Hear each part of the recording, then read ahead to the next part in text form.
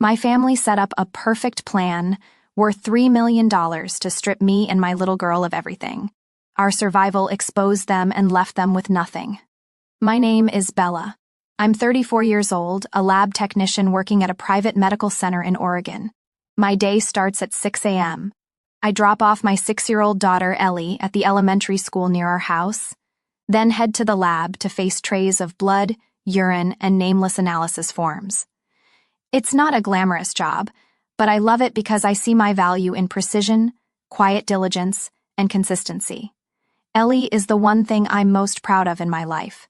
She has her father's soft brown curls and my green eyes, always full of light. Every afternoon after work, I try to pick her up myself instead of letting the school bus bring her home. That moment when she runs to me, arms wide, eager to show me a drawing or a new song from music class is when I feel most like a mother. Abra, my husband Dean, used to be the man I believed was my soulmate. He works in real estate, often traveling to oversee new housing developments in distant suburbs. Dean used to be gentle, warm, and driven. But lately, I felt him pulling away. He's been coming home late, blaming last-minute client meetings on weekends we could have spent together as a family. Every time Ellie runs to him with a picture, he just nods absent-mindedly and looks back at his phone. Sometimes I feel like I'm just the maid in my own home. Abra. My parents, Walter and Nora, live just about a 20-minute drive away. They are retired now, living in a cabin by Crescent Lake. I've always believed their love for Ellie was genuine. They'd bake cookies, turn on cartoons, and sit for hours listening to her school stories. But recently, something has shifted in the way my mom looks at Ellie. It's not exactly cold, but cautious. Like Ellie is something she'd rather not touch. Abra. My older sister, Vanessa, is the complete opposite. She's 5 years older than me, was prom queen in high school, and now works as a marketing director for a major cosmetics company in Seattle. Vanessa, never married, has no children, and often jokes that I live like an old lady. Still, she never misses a family dinner, always dressed to impress, casually talking about her business, trips to Paris or Milan like it's no big deal. 2 weeks ago at dinner, just as we were gathering around Dad's grilled ribs, Vanessa made a strange suggestion. Have you ever thought Ellie might do better somewhere else? Like Seattle, great private schools. She could stay with me for a few months. I stared at her, stunned. What are you talking about? She's only 6, and I'm her mother. Vanessa smiled, but it didn't warm me like it used to. I'm just thinking about her future. You're busy. Dean's always away. I just want to help. I didn't respond. But that night, lying next to a sleeping Ellie, a strange unease took over me. Dean's late nights, my mom's strange looks, Vanessa's words, they were like puzzle pieces, scattered, but slowly forming a picture I didn't want to see. The next morning, while I was washing Ellie's hair in the bathroom, she looked up at me and asked, Mom, if one day I don't live with you anymore, will you be sad? My heart stopped. Who told you that? I asked, trying to stay calm. Grandma's friend's granddaughter said so. That I'll go to a faraway school and live with someone named Fifth she didn't finish, but I already knew the name, Vanessa. What I didn't know was that this was just the beginning of something bigger. A plan that had been in motion for a while. A plan where Ellie was the centerpiece. Abra. 3 days after Ellie asked that strange question, Dean came home after 10 p.m. I was sitting at the kitchen table, lights still on, dinner cold. He walked in, hung up his coat, and said the line I could now recite in my head. Sorry, a client extended the meeting again. I didn't ask anything. I got up, served him dinner, and sat back down. I didn't want to fight. Not because I was weak, but because sometimes silence is the only way to hear what people are hiding. Dean ate without a word, eyes glued to his phone. At one point, he turned away while texting, and for a split second, I saw a name flash in the reflection on the glass cabinet. 5. Call back, Vanessa. The name froze me. I couldn't be certain, but my instincts as a mother, as a wife, told me something was very wrong. The next day, when I picked up Ellie, her teacher told me something that made me freeze. Ellie said she had trouble sleeping. She mentioned someone told her she might have to move and live away from you. Bella, is everything okay? I forced a reassuring smile, thanked her, and rushed Ellie home, but my mind was racing. I didn't tell Dean. Instead, I called my mom. Mom, has Vanessa said anything about Ellie lately? There was a long pause before she replied, She's just been talking about the future, Bella. She thinks Ellie deserves a better school. But no one has the right to talk about her future except me, I said, unable to hide my frustration. My mom sighed. Bella, you're a good mom, but you're stretched thin. Dean's always working. And Vanessa, she's just trying to help. Help. I was starting to hate that word. 2 days later, Vanessa dropped by around lunchtime. I had just gotten back from the lab. Dean was meeting a client. Vanessa brought 2 lattes and a bag with kids' clothes. I went shopping, she smiled, setting the bag down. I thought Ellie would love this purple dress. I didn't touch the coffee or open the bag. I looked her in the eyes. What are you doing, Vanessa? She blinked, then gave a light laugh. What? I'm just bringing gifts for my niece and trying to convince everyone that she should live with you away from her own mother. Is that what you're doing? Vanessa set her cup down harder than usual, but kept her voice smooth. Bella, you're overreacting. Do you know how much pressure Dean is under? Mom and Dad worry too. We all just want what's best for Ellie. What's best is for her to stay with her mother. A crooked smile flickered across Vanessa's face. Not the sister I used to know. That smile chilled me. If you think being a mother means you get to decide everything, you're mistaken. Children aren't property. That night, I found an unopened envelope in Dean's coat pocket. It was from a law firm in Seattle. Inside were documents about child custody consultation and a draft agreement for temporary guardianship transfer. I sat alone in the living room. The house was so silent I could hear the clock ticking. Only one question echoed in my head. How are they planning to take my daughter away from me? Ellie was asleep in her room, clutching her stuffed bunny like always, but this time I couldn't calmly watch her sleep the way I used to. A storm was coming, and it wasn't from the outside, but from the very people who shared my blood. I knew I couldn't stay still anymore because I wasn't just protecting Ellie from a plan. I was protecting her from a world I once believed was family. Ebref. That Saturday my mom called, her voice full of cheer. Bella, this weekend, we're planning a picnic at Crater Ridge National Park. It's not too far, just about a 2-hour drive. We'll all hike along a little creek and watch the leaves fall. Ellie's going to love it.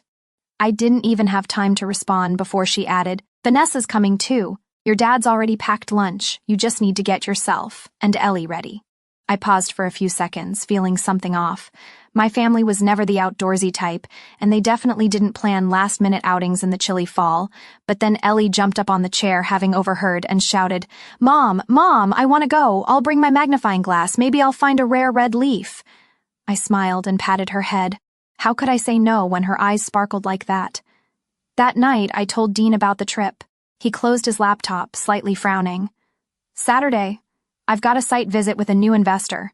Probably won't make it. I wasn't surprised. These meetings had been showing up as often as fallen leaves. I nodded. Then I'll take Ellie. But Dean, do you feel like something's changed in our family?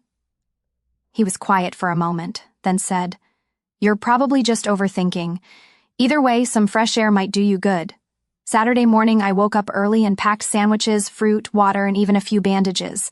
I always carry a first aid kit on trips like this. My job has made me cautious by habit. Ellie wore her green beanie and showed off the tiny magnifying glass hanging around her neck. She was genuinely excited. My parents' car arrived on time. Dad was driving, Mom in the passenger seat, and Vanessa in the back next to Ellie and me. Vanessa wore a trendy athletic outfit and expensive hiking shoes. Odd, considering I'd never seen her go on a hike before. But I didn't ask, I just observed. The weather was crisp, sunlight filtering softly through the trees. We walked along winding trails, eventually reaching a narrow dirt path into a sparse forest. Dad said, This is a newer route. Not many people know about it. The view is amazing. I felt uneasy. This path didn't match any of the old routes we used to take when I was a kid. Still, I said nothing. Ellie chattered beside me, pointing at every branch. Mom, this leaf looks like a heart. Vanessa occasionally glanced at me over her sunglasses. Each time I caught her, she turned away, pretending to check her phone. When I asked, Texting someone? She paused for a second, then smiled. Just checking the weather. Signal's bad up here. Then my mom chimed in. Today's going to be a special day, Bella, one you'll never forget. Even though she was smiling, her words made my skin crawl. My dad kept checking the rearview mirror, his eyes flicking from me and Ellie to the winding road ahead. We stopped at an open clearing near the edge of a gentle slope. In the distance, a valley of pine trees spread out, dotted with orange and red leaves. The breeze was light, the air clean, but my unease wouldn't go away. Dad parked the car, turned off the engine, and said, "From here, it's about a 20-minute walk to this cliff with a breathtaking view. No one in the family's been there yet." I slung the backpack over my shoulder, held Ellie's hand, and followed them. As we entered a denser patch of trees, Vanessa fell back to walk beside me and suddenly asked, "Have you ever thought about sending Ellie to boarding school?" I stopped cold. That question wasn't random. "No, and I have no plans to." Vanessa shrugged. "There are some things you can't control forever, Bella. Life changes fast." It didn't sound threatening, but it made my skin prickle. Just then, Ellie ran ahead, then turned back and called out, "Mom, there's a high spot up here. You can see the whole mountain." Before I could answer, my parents and Vanessa had already moved toward the edge of the cliff. That's when I realized none of them had brought much. Just a few water bottles, no blankets, no food, no maps, not even a compass. I gripped Ellie's hand tighter, feeling my heart pounding. And then I saw my mother give Vanessa a signal with her eyes. I slowed down, pulling Ellie closer as we neared the edge. From here, the entire Crater Ridge Valley came into view, sunlight slicing through distant trees. It was peaceful, eerily so, like nature itself was trying to distract me. He-brushy Dad stood right at the edge, pointing out ahead. "See that, Bella? If we go just a bit further, there's another ledge that sticks out. The view from there is incredible." I went once. I nodded faintly, but my eyes never left Mom's hand tight around her nearly empty backpack. Vanessa stepped closer, then placed a hand on my shoulder, giving it a light squeeze. "Ever wonder if life could be easier, Bella?" I turned to her, my eyes filled with suspicion. "What are you talking about?" She didn't answer right away, just smiled. And that smile, once familiar, now held nothing warm. Then suddenly she reached for my arm. I recoiled, instinctively pulling Ellie back. "Get your hand off me, Vanessa. Bah, I need to show you something, just for a second." Before she could finish, my dad stepped toward Ellie. She looked up and smiled. "Grandpa, did you see the eagle?" "Of course, sweetheart. Come here, I'll show you." He bent down, lifted her in his arms, and began walking toward the edge. It all happened in seconds, but to me it felt like time stopped. I screamed, "Stop! Put her down!" But before I could lunge forward, my mother shoved me hard from behind. The force sent me stumbling, my foot slipping on the uneven ground. I nearly lost my balance, my hands flailing until one managed to grip a small branch growing along the cliff's edge. Vanessa stepped closer, her face ice cold. Her voice dropped low. "I'm sorry, Bella, but this is necessary. It'll be over quickly. Abrick." I struggled to stay upright, heart pounding, my eyes locked on Ellie, writhing in my father's arms. "Dad, put her down. She's your granddaughter." But he didn't flinch. In fact, his expression was calm, eerily so. "She won't remember any of this. It'll be over soon, Bella, for both of you." Panic exploded in my chest. I didn't need more proof. This wasn't some staged accident. This was a plan, a carefully orchestrated plot with Ellie and me as the targets. In a split second, I threw myself forward, hurling my body into the air. As my hands reached Ellie's dangling legs, I pulled her toward me with every ounce of strength I had left. My father lost his balance, stumbled, and I completely lost my footing. Everything after that was wind roaring in my ears and the blue sky spinning. I wrapped my arms tightly around Ellie, curling myself around her like a living shield. She screamed into the wind, "Mommy!" I didn't answer. I just held her close as if somehow a mother's love could slow the fall. We hit tree branches, slammed against jagged rocks. Pain burst through my shoulder, my back, my legs. I couldn't tell where I was injured. I just knew I still had Ellie in my arms. When we finally landed on damp earth at the bottom of the cliff, I felt blood running from my forehead into my eyes, blurring everything. But Ellie was still in my arms. Her tiny body trembled. But she was alive, I whispered, barely audible. "Are you okay, Ellie?" "Mommy, I'm scared." I couldn't say anything more. Darkness swept over me. But I knew I had to stay awake. I had to survive because I wasn't just a mother. I was Ellie's only anchor left in this world. They couldn't stop me from falling. But I wouldn't let them bury the truth. Pain screamed through my body, locking me in place. My left eye was swollen shut, my head spinning. My left wrist felt broken, and I couldn't feel my right leg. The smell of blood mixed with damp soil filled my nose. I was still cradling Ellie, her faint breath warm against my neck. I slowly opened my eyes, careful not to move too much. Trees loomed above us, their branches filtering in pale light. The air was unnervingly silent. I swallowed hard and turned my head. Ellie was staring at me, eyes brimming with tears. She whispered, her voice tight, "Mom, are we going to die?" I shook my head, even though the motion sent a jolt of pain through my shoulder. "No, I'm here with you, and we're going to live." Ellie trembled, then buried her face into my chest. We lay still like that for a while until I heard faint voices above us, whispers from the clifftop. "Abrick, you see anything?" My mother's voice. "No, not moving," my father replied flatly. "Good. No one comes out here. No one's going to find them." Vanessa's voice sounded relieved, but also oddly unsure. I quickly pressed my hand over Ellie's mouth, signaling her to stay quiet. She nodded immediately, tucking her face into my shirt. "Let's go. If they're alive, they're not getting out of here anyway," my mom added. I held my breath, heart pounding as their footsteps faded into the distance. Bro." When I was sure they were gone, I loosened my hand. Ellie looked up at me and whispered, "Mom, what if they come back and find out we're alive? Maybe we should pretend we're not." I stared at her, speechless. She was only 6, yet somehow she understood just how dangerous this was. I nodded slowly. "Yeah, let's stay still for a little longer." "Okay," she nodded. I pulled her close, shut my eyes, and kept our bodies as still as possible. A breath of time stopped in that forest, only the sound of wind and the distant call of birds. I listened to every beat of her small heart beside mine, while anger slowly spread through my veins, not from the fall but from the betrayal. My parents, Vanessa, the man I once loved, all of them had joined forces to plan this, to eliminate us like we were just obstacles. "Abraha." After a while, Ellie lifted her head. Her eyes were teary but clear. "Mom, I think I know what they're doing." "What do you mean, Ellie?" I whispered back. I heard Aunt Vanessa talking to Dad when I was playing hide-and-seek in the garden. I was hiding behind the rose bushes. She said, "It'll all be over soon. We just need Bella to agree to the picnic." Dad said, "Just do what we planned. The insurance money's coming." I froze. It felt like someone punched me in the chest. They hadn't just wanted us gone. They had counted on the life insurance. "I didn't tell you before because I thought they were joking." "I'm sorry." I hugged her tightly, forcing my voice to stay steady.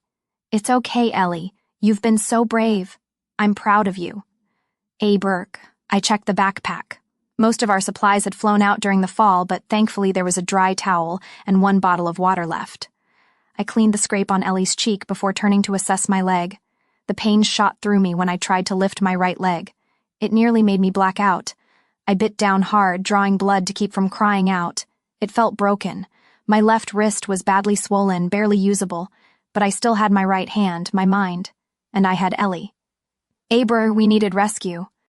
But my phone, if it had survived, was probably smashed or lost somewhere on the steep slope. I turned to Ellie. "I can't walk fast, but you can. You might be able to find the path back, but only if it's really safe, okay?" Ellie shook her head immediately, eyes filling with tears. "No, I'm not leaving you alone." I smiled faintly, my face pale from the pain. "Then we'll go together. Little by little, I'll lean on you, and we'll get out of here together." Ellie nodded firmly. I broke off a branch to use as a crutch, leaning on it and on my daughter as we began to inch away from danger. Every step was agony, but I didn't stop because I knew once we made it out alive, the truth would come to light, and this time, no one, not even family, would be able to hide what they'd done. Ellie and I walked through the forest for 3 hours. Every step was a battle between blinding pain and the will to survive. There were moments I wanted to collapse right there and let it all end. But every time, Ellie held my hand and whispered, "Mommy, we're almost out." I gripped her hand tighter and kept going. By late afternoon, we were lucky enough to come across an elderly couple camping near a small creek. The woman, Mrs. Margaret, nearly jumped up when she saw me covered in blood and limping while Ellie dropped to the ground completely exhausted. "Can you hear me?" the man asked. I opened my mouth, but the words caught in my throat. I can't talk after that. Everything became a haze. I barely remember the sound of sirens growing louder, Ellie's small hand wrapped tightly around mine, and her calm voice telling the paramedics that I had protected us. 3 days passed before I regained consciousness in a hospital room. My arm was in a cast, my leg propped up on pillows, and layers of bandages covered the cuts and bruises across my body. Ellie was curled up in a chair beside me, asleep, her tangled hair falling over the face I cherished more than anything. A man in civilian clothes sat quietly next to my bed. He carried the calm but firm demeanor of someone used to difficult conversations. Though his expression was serious, his eyes held a quiet kindness. He introduced himself as Detective Callahan from the Oakfield County Police Department and gently explained that he needed to ask me a few questions about what had happened. Despite the pain, I nodded and began recounting everything. Our family outing, Vanessa's strange behavior, and the terrifying fall that nearly ended my life. I spoke slowly but clearly, determined to leave out nothing. When I got to the part where Ellie overheard Dean and Vanessa talking, I saw Callahan pause, scribbling quickly into his notebook. "Your daughter remembered their conversation clearly." I nodded. "She's incredibly sharp, and I trust everything she told me." He sat back slightly and said, "We've already started reviewing your husband's financial records, and there's something you need to be aware of." He reached into his case and pulled out a file, flipping it open to a highlighted page. 4 months ago, Dean updated your life insurance policy. He raised it to $3 million, stating it was for emergency family protection. He listed himself as the sole beneficiary. A cold chill crept down my spine. $3 million. Ebrary, he nodded gravely. "And the witness who signed the amendment? Your sister?" "G. Miller." My heart pounded, my head spinning with the realization. So they were in on it together, Dean and Vanessa.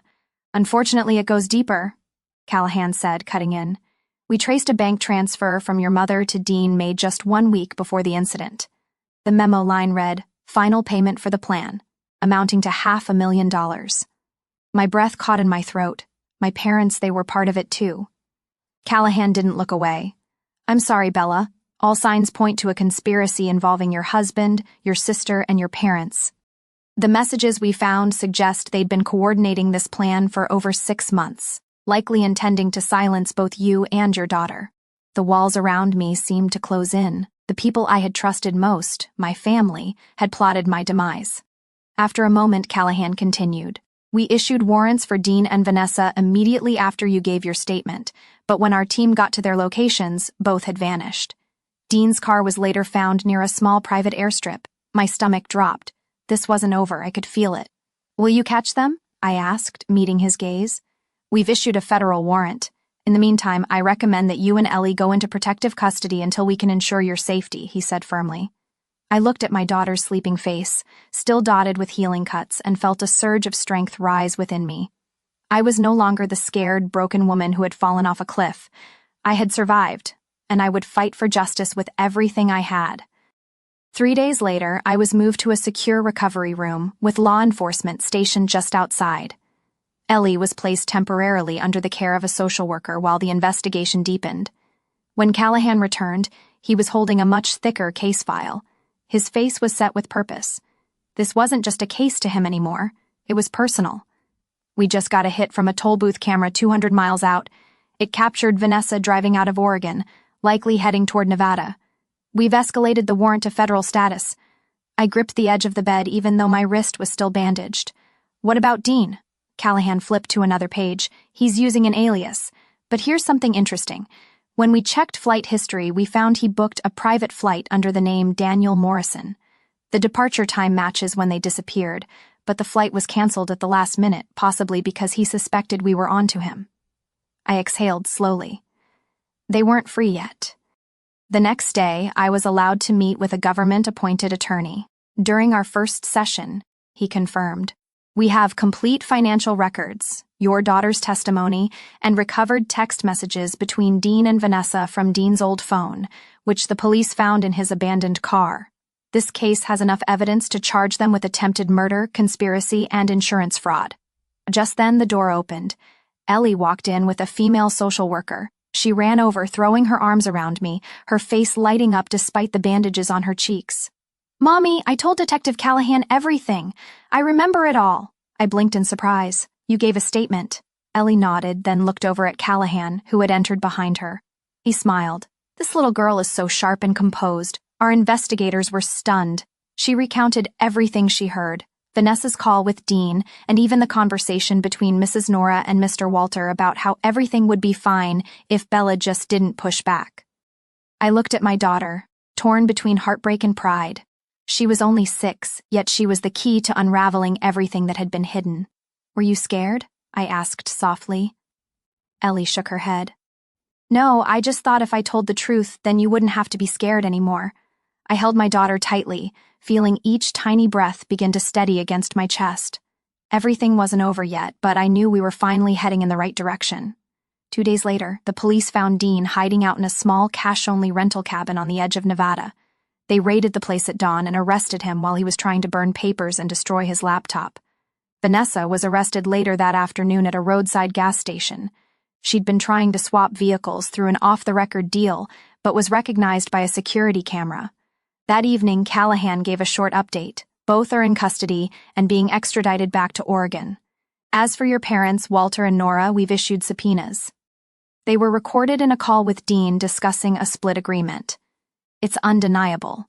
I looked out the hospital window, the late afternoon sun casting soft light through the trees. For the first time in weeks, I didn't feel afraid. 3 days later, we were officially discharged, but the police advised that Ellie and I move into a secured witness protection residence until the trial.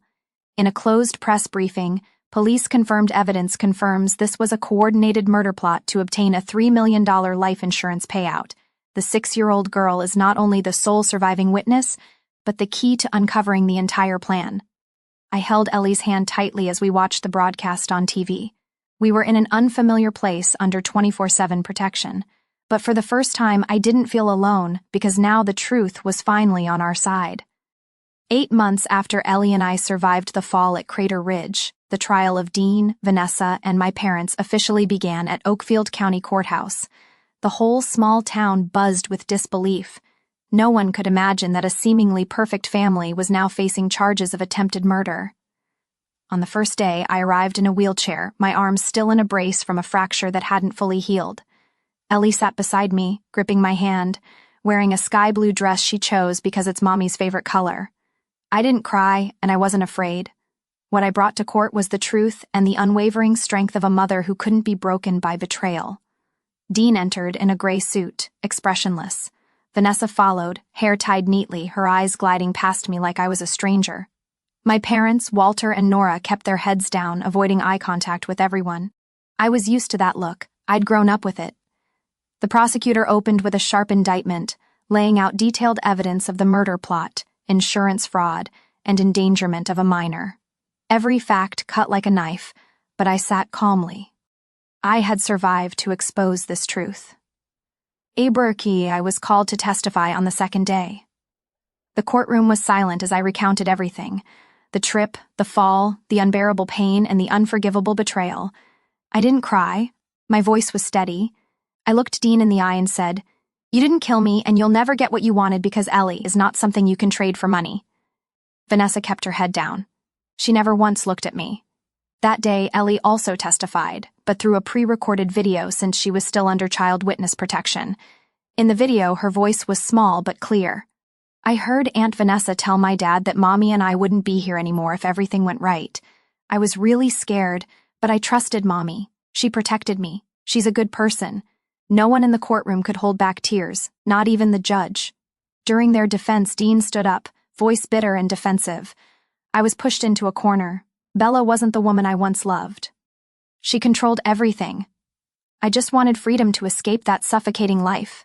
Vanessa wasn't any softer. Bella always acted like she was right, the victim. But if she weren't around, Dean would have been happy. We just wanted to be free. I sat quietly. Their words no longer hurt me. In fact, they only revealed the depth of their guilt. It wasn't just murder they attempted. It was complete denial of accountability. When asked if they had any last words before sentencing, my parents said nothing about me or Ellie. My father only mumbled, "We just thought she didn't deserve that life." The judge struck the gavel 3 times. The air in the courtroom froze as the verdict was read. Defendants Dean Carter and Vanessa G. Miller are sentenced to 25 years in prison for first-degree attempted murder and are barred from contacting any witnesses post-release. Defendants Walter and Nora G. Miller are sentenced to 15 years for conspiracy to commit murder and child endangerment. I closed my eyes and let out a breath I felt like I'd been holding my whole life. I wasn't happy. I wasn't sad. Just relieved. Justice had finally spoken the names of the people who once called me daughter. After the trial, dozens of strangers approached me and Ellie, former neighbors, old friends, even people I'd never met, hugging us, offering words of support, saying, "You survived for all those who were too afraid to speak." I didn't say a word. I just leaned down, hugged Ellie close, and whispered in her ear, "We did it, Ellie. Now it's time to start truly living. Eber." After the trial, Ellie and I didn't return to our old home in Oregon. The police advised us to remain under witness protection until all threats were cleared, but I requested a transfer to somewhere far away, somewhere without memories, somewhere no one knew our names, somewhere Ellie could start over. With help from my attorney and a domestic abuse survivor support group, I reconnected with an old friend. Grace, a high school classmate I hadn't spoken to in nearly 10 years. When she heard what had happened, she didn't ask for details. She just said over the phone, "Come here, stay as long as you need." Evergreen Valley, Colorado welcomed us on an early spring morning. The snow hadn't fully melted, but new buds were already pushing through the earth. Grace lived with her husband and 2 young kids in a cabin on the edge of the woods, about a 15-minute drive from town. The air was peaceful, strangely quiet, and for the first time in ages, I saw Ellie sleep through the night without waking up. I began working part-time at a small clinic downtown. Dr. Caroline, the owner, was an older woman, stern but compassionate. During our first meeting, she looked at me for a long moment, then said, "I don't need to know your past, but I see the caution in your eyes, and that's what patients need. If you're willing, you've got a job here." I nodded, unable to hide my gratitude. The work wasn't much, but it gave me rhythm again. The sound of blood pressure monitors, the click of drawers, the scent of antiseptic.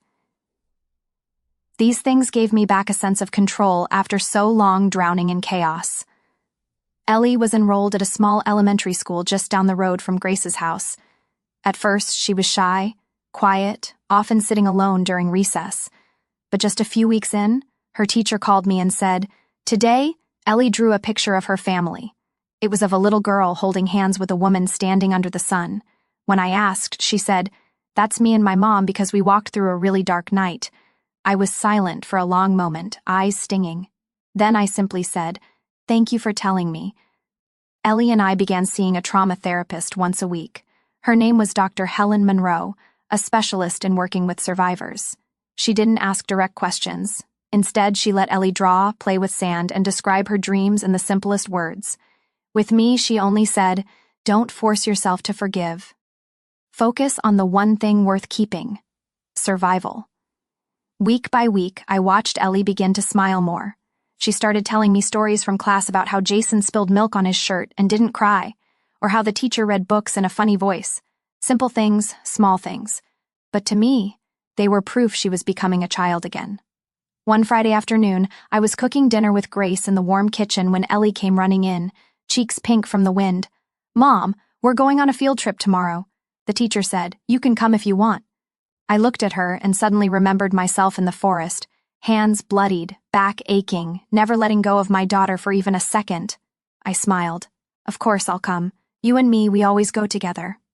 That night, after Ellie had fallen asleep, I stepped out onto the porch, leaning against the wooden railing, gazing up at a sky full of stars. I thought about everything I'd lost, a family that no longer felt like one, a marriage that once seemed perfect, and the people who had once called me daughter, sister. But then I thought about what I still had: a brave little girl, real friends, and a second chance, in a place where no one knew my name and where I could live without fear. I closed my eyes, took a deep breath, and for the first time in years, I felt light. It happened naturally, as if everything had been quietly aligning without any of us noticing. The first person to strike up a conversation was Mr. David Clark, the principal at Ellie's school. I met him during a parent meeting about 3 months after Ellie started school in Evergreen Valley. David was tall with salt and pepper hair and kind eyes behind thin-rimmed glasses. He radiated patience and warmth, qualities I hadn't seen in a man for many years after the meeting he caught me in the hallway, as I struggled to untangle Ellie's jacket from a door handle. "You're Ellie's mom, right? I'm David Clark, the principal. I just wanted to say she's a wonderful student." I smiled, still a little guarded. "Thank you. She's trying really hard to catch up." He looked at me for a moment, then said gently, "You don't need to explain anything here. We don't care about anyone's past.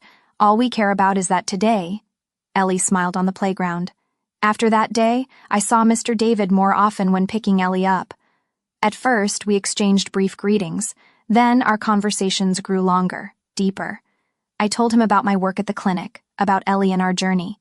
He told me about his years teaching math before becoming a principal, and why he chose to stay in a small town instead of moving to the city.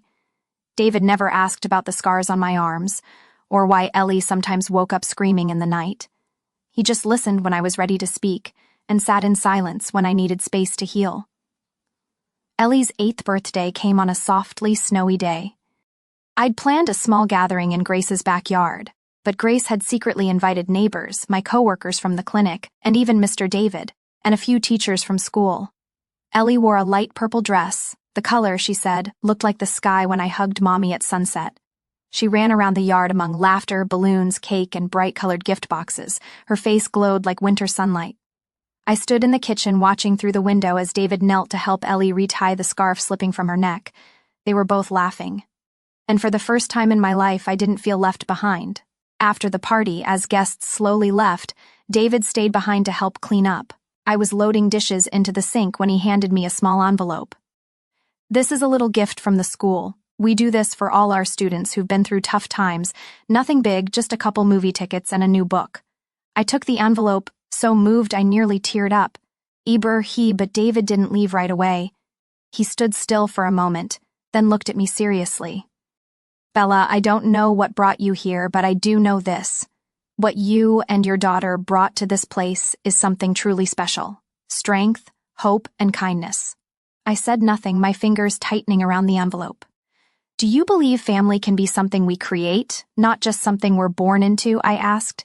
David didn't answer right away, but the look in his eyes, deep and gentle, was a more perfect answer than any words could have been. That night, as I tucked Ellie into bed, she reached for my hand and whispered, "Mom, can I call Mr. David Uncle? He's kind, like he's part of our family." I smiled softly and nodded. "You can call him anything you want, sweetheart, as long as you feel safe and happy." I stood quietly by the bedroom window watching the snow fall outside the porch. Each white flake drifted down like it was softly covering the traces of everything we'd left behind. And I knew Ellie was right. Family doesn't have to be the people we share blood with. Family is where someone waits for us to step out of the dark with kindness, patience, and unconditional love. And I had found that kind of family in Ellie's eyes, in the embrace of friends, and in a man who gently tied a scarf for an 8-year-old girl with all his heart. Our story, Ellie's and mine, isn't just about survival. It's proof that sometimes real family doesn't come from blood, but from the people who choose to love and stay. We lost everything only to find what truly matters: freedom, peace, and trust. In a world full of uncertainty, I've learned that no matter how dark the past may be, with love and faith, we can rewrite our lives, even from the most shattered pieces.